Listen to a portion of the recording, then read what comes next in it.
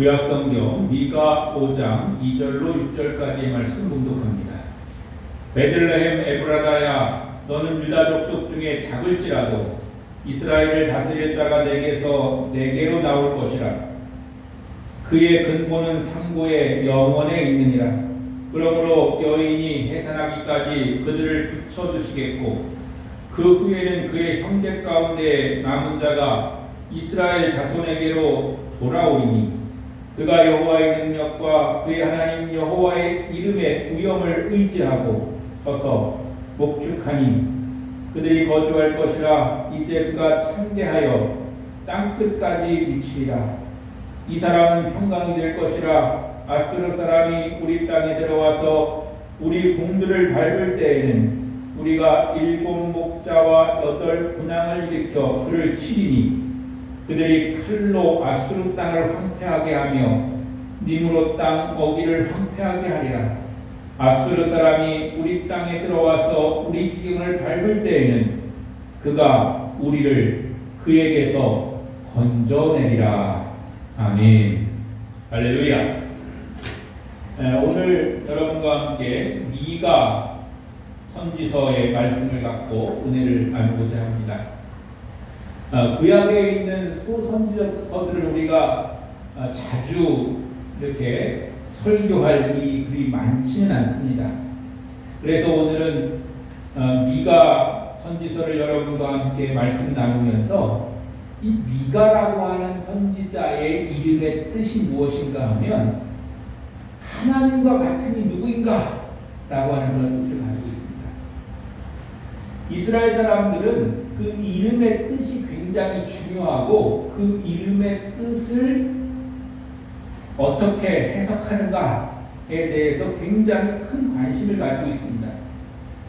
물론 우리나라 말도 그 말의 뜻이 있어가지고 그 이름을 지을 때 다 좋은 이름, 그 각자에게 필요한 그런 이름들을 짓게 되는 거 아니겠습니까? 그래서 이제 그 이름의 뜻이 굉장히 중요한데, 그러나 성경에 나오는 그런 이름의 뜻이 중요하다고 해서 우리의 이름을 굳이 성경에 나오는 이름으로 바꿀 필요도 없고요. 또 옛날에 한참 유행했던 부흥사들이 와서 뭐 이름 바꿔주고 이런 거 있었는데 꼭 그렇게 할 이유도 없습니다. 우리나라 사람으로서의 고유한 그런 이름이 있어서 그게 좋은 거고요. 물론 그 이름의 뜻이 굉장히 조금 나쁘거나 아니면 시대에 뒤떨어져서 이름을 뭐 바꾼다고 하면 그거는 뭐 그럴 수도 있지만, 굳이 특별한 이유 없이 성경의 이름으로 바꿔야 될 그런 필요는 없을 것이다, 이렇게 생각이 됩니다. 아무튼간에 오늘 우리가 미가에 대해서 함께 말씀을 나누게 되는데요. 오늘 성경의 첫 번째 언급한 단어는 무엇이냐면 베들레헴 에브라다야 라고 이렇게 부르는 그런 말이 나오고 있어요. 뭐 베들레헴 그러면 신앙생활 오래 하신 분들이나 뭐 신앙생활 오래 하지 않으셨어도 우리가 잘 알고 있죠. 예수님이 탄생하신 곳이에요. 베들레헴.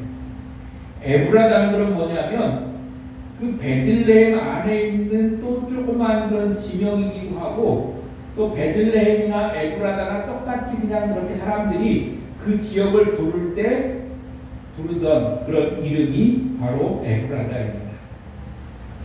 이 베들레헴이라고 하는 지명의 뜻은 떡집이라고 하는 그런 뜻을 가지고 있고요. 떡집. 에브라다라고 하는 지명의 뜻은 열매를 맺다라고 하는 그런 뜻을 가지고 있습니다. 그러니까 맺혀진 열매로 떡을 해서 먹는지는 모르겠습니다만은 베들레헴은 떡집이라는 그런 뜻을 가지고 있고 에브라다는 열매를 맺다라고 하는 그런 뜻을 가지고 있어요. 그런데 이 베들레헴 에브라다야 이렇게 부를 때에 그 부르는 그런 그 지역 사람들의 생각은 뭐냐면, 베들레헴 에브라다는 그 옛날 다윗의 집이 있었던 곳이다 라고 하는 그런 의미로다가 베들레헴 에브라다야 이렇게 부르는 거예요. 그러니까 베들레헴 에브라다야 이렇게 부를 때에는 그 지역에 하나님이 택하셔서 믿음의 조상격으로 아브라함으로부터 이어지는 그런 믿음의 그런 조상들이 이어져 내려오는 그런 중요한 인물이 있는 곳, 그곳이 바로 베들레헴 에브라다다 이런 의미로 부르게 되는 것이고, 그래서 결과적으로는 그 곳을 통해서 어떻게 됐어요? 예수님께서 탄생하시잖아요. 그래서 그런 역사적인 그런 흐름 속에서 그곳은 단순히 사람들이 사는 어느 지역, 뒤에도 이제 소개를 하겠습니다만은 오늘 또 설교 제목에도 나와 있습니다만은 시골 동네 뭐 이런 그런 하찮고 보잘것없고 그렇게 주목하지 않아도 되는 그런 동네라고 그런 뜻이 아니라 겉모양은 비록 시골이고 하찮고 작은 동네고 그렇다고 하더라도 그런 신앙적 역사, 하나님의 역사에 있어서는 굉장히 중요한 역할을 하는 그런 지역이다 하는 그런 의미로다가 베들레헴 에브라다야 이렇게 부르게 된다고 하는 것이죠. 그런데 이 지역은 좀 전에 소개해드렸습니다마는 시골이고도 작은 마을입니다. 예루살렘의 남쪽 8km 정도의 위치에 있습니다. 오늘날로 따지면 뭐 굉장히 가까운 거죠. 8km면 차 타고 10분 안에 갈 수 있는 도시고, 우리가 서울이 우리나라의 수도인데 이 서울에서 8km 떨어진 곳이면 수도권이라고 우리가 부르지 않습니까? 8km가 뭡니까? 한 10km, 20km 떨어져서 다 수도권이라고 부르고 거기도 서울이라고 생각하고 그래서 거기도 집값도 비싸고 뭐 그런 건데, 예수님이 태어나신 이때만 해도 뭐 자동차가 있는 것도 아니고 다 걸어 다니는 그런 시절이고, 그러니까 8km 그러면 한 제가 생각할 땐 2시간 정도 걸어서 갈 그런 거리일 텐데, 그럼에도 불구하고 그냥 예루살렘 남쪽에 있는 8km 정도 떨어져 있는 어느 시골 동네 이런 정도로 우리가 생각을 하는 것이죠. 그런데 이스라엘 땅이 대부분 그렇지만 이 베들레헴도 해발 700m에 위치하고 있는 동네입니다. 우리가 살고 있는 지금 이 지역, 우리가 예배드리고 있는 여기가 해발 한 650m 정도 됩니다. 600에서 650m 정도 됩니다. 뭐 황지에 가면 한 700m 정도 되는 그런 지역들이 이렇게 동네가 있고 그런 건데, 산 언덕에 위치해 있는 거예요. 이스라엘에 가면 예루살렘 갈 때도 그렇고 이 베들레헴 갈 때도 그렇고 차 타고 이렇게 언덕을 쭉 한참 올라가요. 그래서 산 꼭대기는 아니지만 산 위쪽에 이렇게 동네가 도시가 생겨져 있는 것을 볼 수가 있어요. 우리 태백도 그렇잖아요. 저 삼천에서부터 올라오려면 쭉 그냥 언덕으로 올라오잖아요. 그래서 언덕 위에 동네가 있지 않습니까? 그런 것처럼 언덕 위에 있어요. 현재 베들레헴의 인구는 약 7만 5천 명 정도 그렇게 살고 있다고 합니다. 그러니까 태백의 모습과 비슷하다고도 할 수가 있을 텐데, 예루살렘과의 거리가 굉장히 가까운 것 빼고는 비슷한 그런 모습이라고 할 수가 있을 것입니다.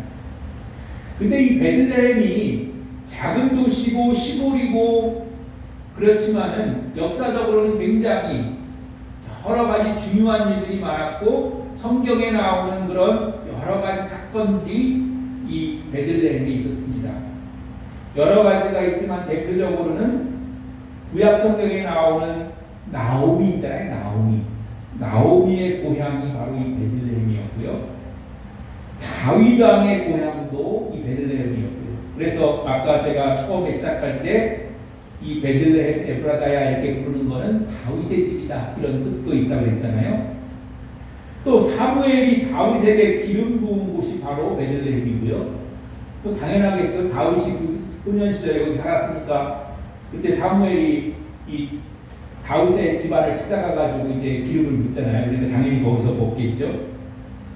또 역사적으로는 바벨론으로 포로로 잡혀갔던 그런 사람 중에 풀려나온 사람들 중에서 123명이 바로 이 베들레헴 사람이었다는 그런 기록도 성경에 나오는 것을 볼 수가 있습니다. 이랬던 베들레헴이 현재는 그래도 어느 정도 규모가 있는 그런 도시로 그렇게 이제 성장을 해 있고, 그런데 이곳에 가면 예수 탄생교회가 있습니다. 예수 탄생교회가 있고, 제가 좀 사진도 좀 보여드릴까 했는데 마땅한 사진이 어제 찾다가 별로 없어서 못 보여드리는데, 제가 성탄절 예배 때 혹시 기회가 되면 보여드리겠습니다. 예수 탄생교회가 거기 있고요. 그 주변에는 그냥 시내로 이렇게 형성되어 있습니다. 일반 시내하고 똑같습니다. 참 아이가 있고 또 상점 있고 뭐 그런 것들이 있고요. 그런데 중요한 거는 이 베들레헴, 예수님이 탄생했던 그런 동네, 예수 탄생교회가 있는 이 동네가 팔레스타인이라고 하는 사람들이 관할하는 그런 지역이에요. 팔레스타인이 뭐냐면, 원래 이스라엘 사람이 있으면 그 사람들이 이제 유대인들이 주로 이제 이루어져 있어서 하나님을 믿는 백성인데, 그렇지 않은 이방인들로 구성된 그런 사람들이 팔레스타인이거든요. 그런데 그 사람들이 이스라엘이라고 하는 큰 나라 안에 있지만 그 나라 안에 지역에 자기들의 그런 나라를 다시 만들어서 살고 있는 거예요. 그러니까 예를 들자면 우리나라는 반으로 갈려져 가지고 북한이 있고 남한이 있고 그렇잖아요. 그러니까 거기는 뭐 다니지도 못하고 꽉 막혀 있잖아요. 근데 이스라엘이라고 하는 나라는 그 나라 안에 다른 나라가 한 군데만 이렇게 딱 있는 것도 아니고 여기도 있고 여기도 있고, 이게 그 안에 이렇게 들어가 있어요. 도시 하나가 그 사람들이 다스리는 그런 나라가 되어 있는 거예요. 그래가지고 거기는 이스라엘의 그런 행정력이나 경찰력 이런 것들이 미치지 못하고 따로 이렇게 되어 있고요. 자동차 번호판도 다 다르고 그렇습니다. 그런데 그렇다고 해서 아예 출입을 못하느냐 하면 그런 건 아니고, 다니기 위한 거 다닙니다. 그런데 그냥 길에다가 이런 거 이렇게 가로막는 그런 거 있잖아요. 차 못 다니게 하는 그런 걸 딱 이렇게 쳐놓고 군인들이 다 총 들고 거기서 지키고 있습니다. 근데 그래서 특별한 경우에는 팔레스틴 지역에는 유대인들 못 들어오게 막을 때가 있고, 주로 잘 막기도 하는데 관광객들이 관광 다니는 거 뭐 얼마든지 자유롭게 다니게 놔주고 뭐 그렇게 합니다. 이제 그런 지역에 이제 베들레헴이 그런 지역에 있어요. 팔레스타인이 있는 지역에 있고, 그래서 가끔 가다가는 거기에 막 총격전이 벌어지고 막 그래가지고, 그런 때는 이제 관광객들도 못 들어가는 거죠. 못 들어가게 막기도 하고 이제 그렇게 합니다. 그런데 예수님이 이런 작은 마을 베들레헴에서 태어났다고 하는 것은 우연한 사건이 아닙니다. 하나님이 구체적인 약속을 하셨기 때문에 바로 예수님이 이 작은 마을 베들레헴에서 태어날 수 있었던 것인데요. 오늘 우리가 읽은 성경 5장 2절 말씀에도 베들레헴 에프라다야 너는 유대 민족 중에 작을지라도 이스라엘을 다스릴 자가 내게서 내게로 나올 것이다. 이렇게 말씀하셨잖아요. 작지만 보잘것없지만 하나님이 약속하시고 하나님께서 예언하셨기 때문에 이미 예언을 통해서 말씀하신 것을 하나님은 이루어 가시고 계시다고 하는 것입니다. 유대 땅 중에서 가장 작고 보잘것없는 베들레헴에서 메시아가 태어났다는 것은 이 메시아의 탄생이 인생의 자랑이나 성취가 아니라는 것입니다. 예수님조차도 인간이 잘나서 된 것이 아니라는 것입니다. 그리고 그 지역이 유명해서 뭔가를 이루는 것이 아니라고 하는 것을 우리에게 드러내 보여주시는 것입니다. 메시아를 통한, 즉 예수 그리스도를 통한 구속의 은혜는 하나님께서 우리에게 베푸신 전적인 은혜라고 하는 것을 강조하기 위해서 우리에게 베들레헴이라고 하는 작은 고을을 통해서 예수님을 보내시는 것이죠. 그러니까 여러분, 내가 뭔가 잘 나갈 때 뭔가 잘 될 거라고 생각하지도 마시고요. 내가 지금 뭔가 안 된다고 해서 모든 게 다 안 될 거라고 생각하지 마세요.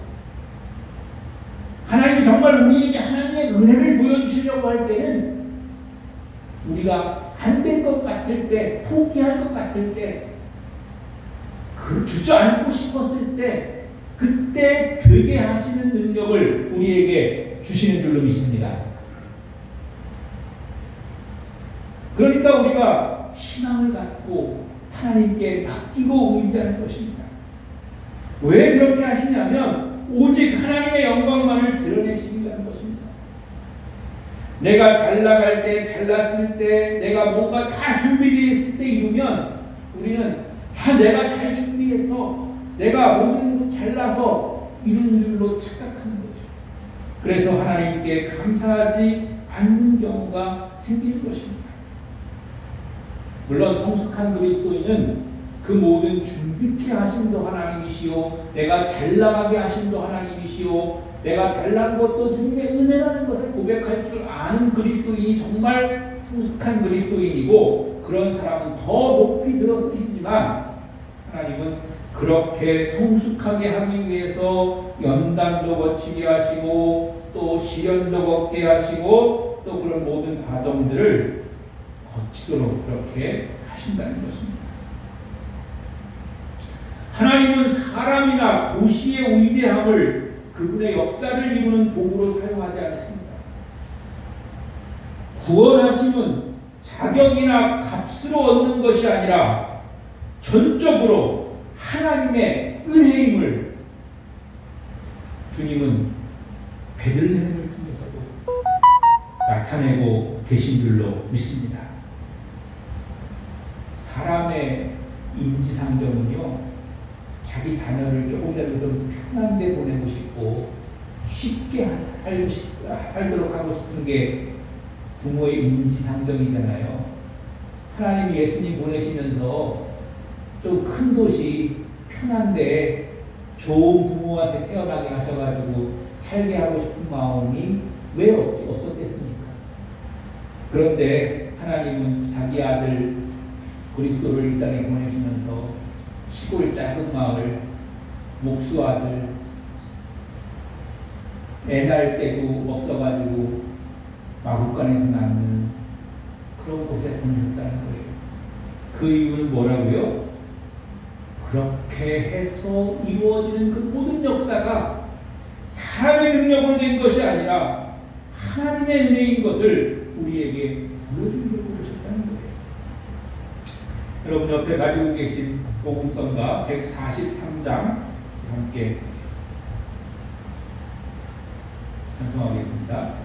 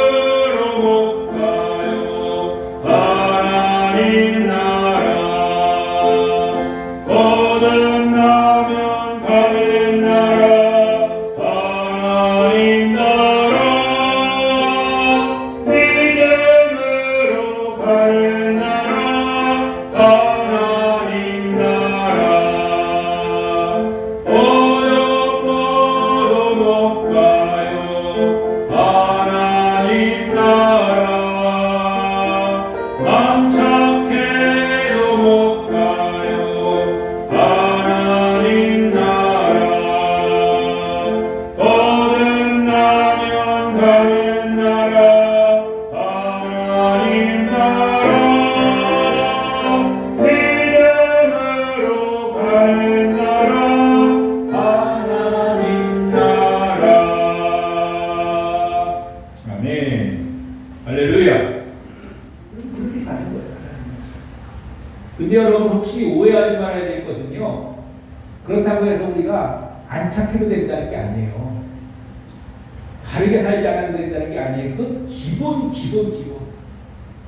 일반 사람들이 하는 건 다 기본으로 하고 그렇게 한 다음에 우리가 믿음으로 하나님 나라를 갈 수 있다는 거예요. 우리가 구원받았다고 해서 안착하게 살고 남육하고 다니고 그게 용납되는 게 아니에요. 그러면 안 됩니다. 바울은 이런 비밀을 알고 있었기 때문에 고린도전서 1장 27절에서 31절에 이렇게 말씀하십니다. 제가 읽어드릴 테니까 잘 들어보세요. 그러나 하나님께서 세상에 미련한 것들을 택하사 지혜 있는 자들을 부끄럽게 하려 하시고 세상에 약한 것들을 택하사 강한 것들을 부끄럽게 하려 하시며 하나님께서 세상에 천한 것들과 멸시받는 것들과 없는 것들을 택하사 있는 것들을 폐하려 하시나니 이는 아무 육체도 하나님 앞에서 자랑하지 못하게 하려 하심이라. 너희는 하나님으로부터 나서 그리스도 예수 안에 있고 예수는 하나님으로부터 나와서 우리에게 지혜와 의로움과 거룩함과 구원함이 되셨으니 기록된 바 자랑하는 자는 주 안에서 자랑하라 함과 같게 하려 함이라. 아멘. 미가는 또한 메시아의 사역은 첫 번째로 낮은 자를 회복시키시고 남은 자를 회복시키시고 두 번째 선한 목자의 돌봄으로 돌보시고 세 번째는 평강을 주신다고 말씀하십니다. 여기서 남은 자를 회복시키신다고 하는 것은 어떤 상황과 역경 속에서도 믿음을 지키고 그거를 간직한 사람들을 말하는 거예요. 왜냐하면 지금 예수님 시대도 그렇고 그 전에도 그렇고 믿음의 시간들이 많이 있었거든요. 로마에게 지배당하면서 이방인들의 침략을 당하면서 믿음을 지킬 수 없는 그런 내부적, 외부적 그런 사건들이 많이 있었어요. 외부에서 쳐들어와서 막 못살게 군 것도 있었고 아니면 우리 스스로의 욕심과 그런 것 때문에 오히려 이방신들을 섬기고 싶은 그런 유혹, 실제로 그런 것들이 많이 있었어요. 그런데도 불구하고 그런 모든 것들을 다 물리치고 오직 믿음을 붙들고 있는 그런 남은 자, 그걸 남은 자라고 해요. 남은 자를 회복시키시고 선한 목자의 그런 모습으로 그들을 돌보시는 거예요. 한 가지 한 가지 하나하나 사랑의 손길로 은혜의 손길로 그렇게 돌보시는 거예요. 그렇게 됐을 때 마지막에 주님의 평강이 그들에게 임하게 되었다고 하는 것입니다. 여기서 평강은 원문에 샬롬이라고 되어 있는데 샬롬은 완전함을 의미합니다. 어느 한 부분이 결핍되어 있고 부족함이 있으면 완전할 수 없는 것입니다. 진정한 평강은 모든 것이 채워진 상태에서 얻을 수 있는 것입니다. 질병과 굶주림, 소외에서 회복되었다 하더라도 죄의 문제가 해결되어 있지 않으면 참 평강, 샬롬을 얻을 수가 없는 것입니다. 물론 반대로 우리에게 죄의 문제가 해결되었다면 그럼 우리의 질병과 굶주림과 소외의 문제는 어떻게 될 것인가 하는 것인데요. 그것들도 물론 어느 정도 회복될 수 있지만 그러나 이 땅에 살아가는 동안에 우리가 완벽하게 회복될 수 없습니다. 왜냐하면 이 땅에 살아가는 동안 우리가 가지고 살아가는 육신이라고 하는 게 완벽할 수가 없잖아요. 이 세상의 그런 모든 제도가 완벽할 수가 없잖아요. 그러니까 그런 것들은 우리가 믿음으로 그것을 극복해 나가는 거예요. 그리고 때로는 우리가 가지고 살아가는 그런 도구들은 시간이 되면 이 땅에 내버리고 가는 거예요. 내버리고. 지난주에 저희 형님네 그 사돈이 이제 돌아가셔가지고 잠깐 갔다 왔어요. 뭐 요즘 뭐 사람들이 많이 모이지 않으니까 그냥 가족끼리 이렇게 있고 그러니까 갔다 왔는데 이제 입간하는 그런 것들 보면서 그런 생각이 들어요. 우리가 물론 살아가는 동안에 소중하고 또 우리가 잘 지키고 해야 되는 그런 거지만 그리고 하나님 부르시고 난 다음에는 어쨌든 내버리고 가는 거잖아요. 이 땅에 가지고 갈 거 아니잖아요. 내버리고 가는 거잖아요. 그러니까 너무 혹시 육신이 좀 연약해지고 또 조금 병들고 그래도 너무 낙심하지 마세요. 최선을 다해서 우리가 치료도 받고 약도 먹고 뭐 그렇게 하지만 너무 낙심하지 마세요. 쓸 때까지 열심히 쓰는 거예요. 쓰는 거예요. 그리고 주님 부르시면 벗어놓고 가는 거예요. 우리가 겉옷 벗어놓듯이 집에다 벗어놓고 오듯이 벗어놓고 가는 거예요. 그런 거니까 우리가 너무 낙심하고 실망할 필요가 없는 것입니다. 예수님도 주님의 사역을 보면 그가 십자가에서 죽으심으로 그의 사역이 완성되잖아요. 십자가의 보혈은 우리의 죄를 대속하시기 위해서 치르신 하나님의 값이었습니다. 이로써 마침내 우리는 참 평강, 샬롬을 얻게 된 것입니다. 오늘 말씀으로 다시 돌아가서 우리가 보면 메시아 예수님의 오심은 비록 시골 작은 마을에서 시작되었지만 그것은 하나님의 구원의 성취의 시작이었던 것입니다. 우리는 그것을 미가를 통해서 확인할 수가 있었던 것입니다. 그렇게 이 땅에 오신 메시아가 이루실 참 평강은 구원의 십자가 사건으로 완성되는 것입니다. 주님을 또 주님의 오심을 기다리는 대강절 마지막 주일에 주님의 참 평강이 여러분과 함께 하시기를 간절히 축원합니다.